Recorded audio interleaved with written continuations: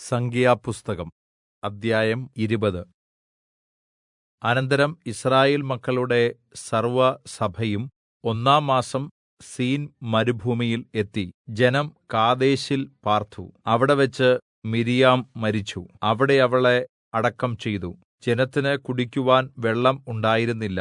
അപ്പോൾ അവർ മോശെയ്ക്കും അഹരോനും വിരോധമായി കൂട്ടം കൂടി. ജനം മോശെയോട് കലഹിച്ചു.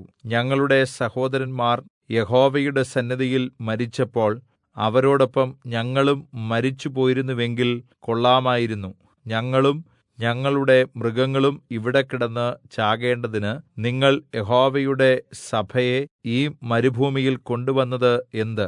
ഈ ദുഷിച്ച സ്ഥലത്തേക്ക് കൊണ്ടുവരുവാൻ നിങ്ങൾ ഈജിപ്റ്റിൽ നിന്ന് ഞങ്ങളെ പുറപ്പെടുവിച്ചത് എന്തിന്? ഇവിടെ വിത്തും അത്തിപ്പഴവും മുന്തിരിപ്പഴവും മാതളപ്പഴവും ഇല്ല, കുടിക്കുവാൻ വെള്ളവുമില്ല എന്ന് പറഞ്ഞു. അനന്തരം മോശെയും അഹരോനും സഭയുടെ മുമ്പിൽനിന്ന് സമാഗമനകൂടാരത്തിന്റെ വാതിൽക്കൽ ചെന്ന് കമിഴ്ന്നു വീണു. യഹോവയുടെ തേജസ്സ് അവർക്ക് പ്രത്യക്ഷമായി. യഹോവ മോശെയോട്, നിന്റെ വടി എടുത്ത് നീയും നിന്റെ സഹോദരൻ അഹരോനും സഭയെ വിളിച്ചുകൂട്ടി അവർ കാൺകെ പാറയോട് കല്പിക്കുക, എന്നാൽ അത് വെള്ളം തരും. പാറയിൽ നിന്ന് അവർക്ക് വെള്ളം പുറപ്പെടുവിച്ച് ജനത്തിനും അവരുടെ കന്നുകാലികൾക്കും കുടിക്കുവാൻ കൊടുക്കണം എന്ന് അരുളിച്ചെയ്തു. തന്നോട് കല്പിച്ചതുപോലെ മോശെ യഹോവയുടെ സന്നിധിയിൽ നിന്ന് വടിയെടുത്തു. മോശെയും അഹരോനും പാറയുടെ അടുക്കൽ സഭയെ വിളിച്ചുകൂട്ടി അവരോട്, മത്സരികളെ കേൾക്കുവിൻ, ഈ പാറയിൽ നിന്ന് ഞങ്ങൾ നിങ്ങൾക്ക് വേണ്ടി വെള്ളം പുറപ്പെടുവിക്കുമോ എന്ന് പറഞ്ഞു. മോശെ കൈ ഉയർത്തി വടികൊണ്ട് പാറയെ 2 പ്രാവശ്യം അടിച്ചു. വളരെ വെള്ളം പുറപ്പെട്ടു. ജനവും അവരുടെ കന്നുകാലികളും കുടിച്ചു. പിന്നെ യഹോവ മോശെയോടും അഹരോനോടും, നിങ്ങൾ യിസ്രായേൽ മക്കൾ കാൺകെ എന്നെ ശുദ്ധീകരിക്കുവാൻ തക്കവണ്ണം എന്നെ വിശ്വസിക്കാതിരുന്നതുകൊണ്ട് നിങ്ങൾ ഈ സഭയെ ഞാൻ അവർക്ക് കൊടുത്തിരിക്കുന്ന ദേശത്തേക്ക് കൊണ്ടുപോകുകയില്ല എന്ന് അരുളിച്ചെയ്തു. ഇത് യിസ്രായേൽ മക്കൾ യഹോവയോട് കലഹിച്ചതും അവർ അവരിൽ ശുദ്ധീകരിക്കപ്പെട്ടതുമായ കലഹജലം. അനന്തരം മോശെ കാദേശിൽ നിന്ന് ഏദോം രാജാവിന്റെ അടുക്കൽ ദൂതന്മാരെ അയച്ച് പറയിച്ചത്, നിന്റെ സഹോദരനായ യിസ്രായേൽ ഇപ്രകാരം പറയിച്ചു, ഞങ്ങൾക്കുണ്ടായ കഷ്ടതയൊക്കെയും നീ അറിഞ്ഞിരിക്കുന്നുവല്ലോ. ഞങ്ങളുടെ പിതാക്കന്മാർ ഈജിപ്റ്റിൽ പോയി ഏറിയ കാലം പാർത്തു. ഈജിപ്റ്റിലുള്ളവർ ഞങ്ങളെയും ഞങ്ങളുടെ പിതാക്കന്മാരെയും പീഡിപ്പിച്ചു. ഞങ്ങൾ യഹോവയോട് നിലവിളിച്ചപ്പോൾ അവിടുന്ന് ഞങ്ങളുടെ നിലവിളി കേട്ട് ഒരു ദൂതനെ അയച്ച് ഞങ്ങളെ ഈജിപ്റ്റിൽ നിന്ന് പുറപ്പെടുവിച്ചു. ഞങ്ങൾ നിന്റെ അതിർത്തി പട്ടണമായ കാദേശിൽ എത്തിയിരിക്കുന്നു.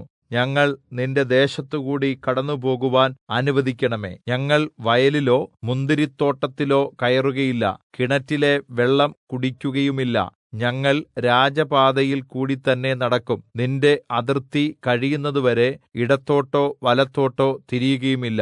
ഏദോം അവനോട്, നീ എന്റെ നാട്ടിൽ കൂടി കടക്കരുത്, കടന്നാൽ ഞാൻ വാളുമായി നിന്റെ നേരെ പുറപ്പെടും എന്ന് പറഞ്ഞു. അതിന് യിസ്രായേൽ മക്കൾ അവനോട്, ഞങ്ങൾ പ്രധാന നിരത്തിൽ കൂടി പൊയ്ക്കൊള്ളാം, ഞാനും എന്റെ കന്നുകാലിയും നിന്റെ വെള്ളം കുടിച്ചാൽ അതിന്റെ വില തരാം. കാൽനടയായി കടന്ന് പോകണമെന്നല്ലാതെ മറ്റൊന്നും എനിക്ക് വേണ്ട എന്ന് പറഞ്ഞു. അതിന് അവൻ, നീ കടന്നുപോകരുത് എന്ന് പറഞ്ഞു.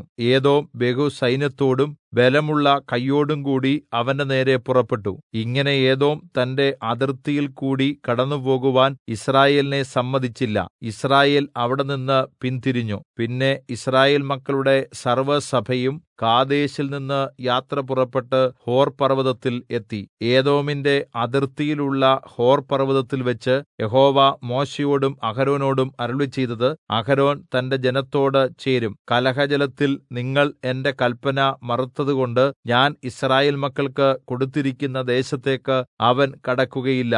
അഹരോനെയും അവന്റെ മകനായ എലെയാസാരിനെയും കൂട്ടി അവരെ ഹോർ പർവ്വതത്തിൽ കൊണ്ടുചെന്ന് അഹരോന്റെ വസ്ത്രം ഊരി അവന്റെ മകനായ എലെയാസാരിനെ ധരിപ്പിക്കണം. അഹരോൻ അവിടെവെച്ച് മരിച്ച് തന്റെ ജനത്തോട് ചേരും. യഹോവ കല്പിച്ചതുപോലെ മോശെ ചെയ്തു. സർവ്വസഭയുടെയും മുമ്പിൽ അവർ ഹോർ പർവ്വതത്തിൽ കയറി. മോശെ അഹരോന്റെ വസ്ത്രം ഊരി അവന്റെ മകനായ എലെയാസാരിനെ ധരിപ്പിച്ചു. അഹരോൻ അവിടെ പർവ്വതത്തിന്റെ മുകളിൽ വെച്ച് മരിച്ചു. മോശെയും എലെയാസാരും പർവ്വതത്തിൽ നിന്ന് ഇറങ്ങിവന്നു. അഹരോൻ മരിച്ചുപോയി എന്ന് സഭയെല്ലാം അറിഞ്ഞപ്പോൾ യിസ്രായേൽ ഗൃഹം ഒക്കെയും അഹരോനെക്കുറിച്ച് 30 ദിവസം വിലപിച്ചുകൊണ്ടിരുന്നു.